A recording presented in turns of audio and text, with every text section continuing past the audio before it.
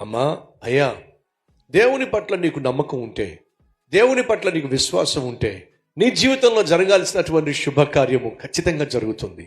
నీ జీవితంలో దేవుడు చేయాలనుకున్న అద్భుతాలు, ఆశ్చర్యకార్యాలు ఖచ్చితంగా జరుగుతాయి.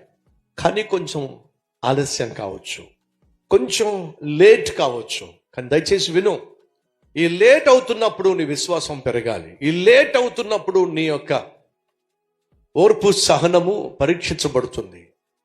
ఈరోజు మనలో ఎవరైనా ఉన్నారా?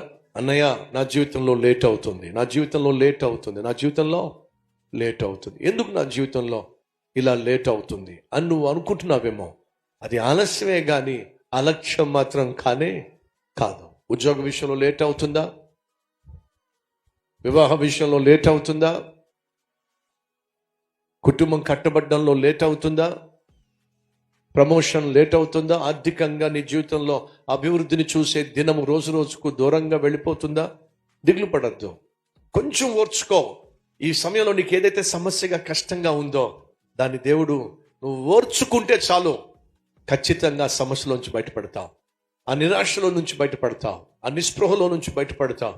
నీ విశ్వాసం వల్ల, నీ ఓర్పు సహనం వల్ల ఈరోజు ఏ సమస్యలో ఇరుక్కున్నావో, ఏ కష్టంలో ఇరుక్కున్నావో, సహోదరి సహోదరుడా, లూకా సువార్త 21వ అధ్యాయం 19వ వచనం సెలవిస్తుంది అంటూ తెలుసా? మీరు మీ ఓర్పు చేత మీ ప్రాణములను దక్కించుకుంటారు. Download ShareChat.